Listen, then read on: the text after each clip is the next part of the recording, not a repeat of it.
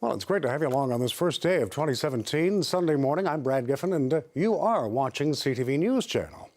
Well, each year, many of us resolve not to make New Year resolutions, but for those who do resolve to eat less, work harder, stop smoking, spend more time with family, or any of a million other ways to better yourself for the benefit of yourself or the loved ones around you, Saunia Ahmad is a clinical psychologist. Ms. Ahmad, Happy New Year to you and good morning.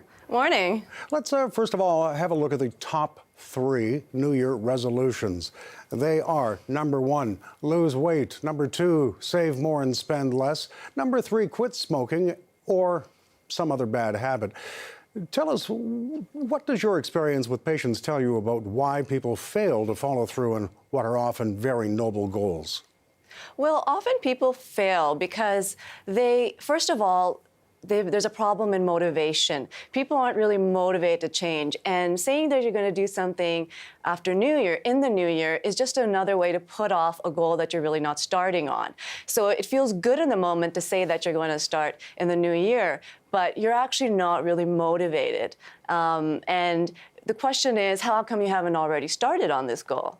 So that's one thing. Another issue is that often people they have a goal in mind, but they don't really have a plan in place that they can actually implement. And something that's really reasonable as well. So for instance, if they want to lose weight, for instance, so having a goal in mind of what that's going to look like, 30 pounds, okay, and then breaking it up into shorter term goals, like, are you going to lose a pound every other week? And then what are you going to do? Are you going to go to the gym and making sure that you actually have a plan in place, like going to the gym once a week the first month, and then the second month going twice a week. So having a plan in place for that. So break it down a little bit further for us. For instance, I'm interested, I haven't resolved to, well, okay, maybe I have, to lose some weight in 2017. How would I break it down kilogram by kilogram?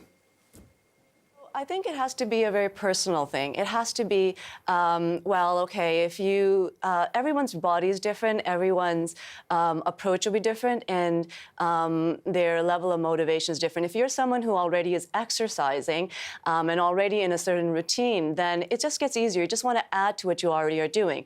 But then if you're someone who actually are completely starting from scratch, you got to be really realistic. Like, talk to a doctor and consult with them about how realistic is it to learn a certain amount of weight in a certain time. And then another thing to really consider is building a habit as well too, because often people have a plan and they implement it, but then they start sort of fail, because a lot of our New Year's resolutions are about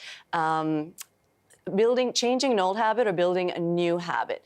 So, and habits are really difficult to really program yourself to do. It's about reprogramming your mind. So you got to actually build into your plan an opportunity to sort of do something different every week. Say, for instance, if you want to actually quit smoking. So you might actually tell yourself every time you have an itch to smoke, you're going to drink some water or have some carrots. Same thing with exercise too. You're going to actually say every week, a specific days you're going to go to the gym and build it a habit, so that it becomes weird if you actually don't engage in your goal. Just like if you wake up in the morning and you don't brush your teeth, it feels weird. So it's just about building new goals. Right, and making it a part of your everyday life. Ms. Ahmad, it's such a pleasure to speak with you, and Happy New Year. Thanks a lot for coming in to speak with us. Clinical psychologist Saunia Ahmad.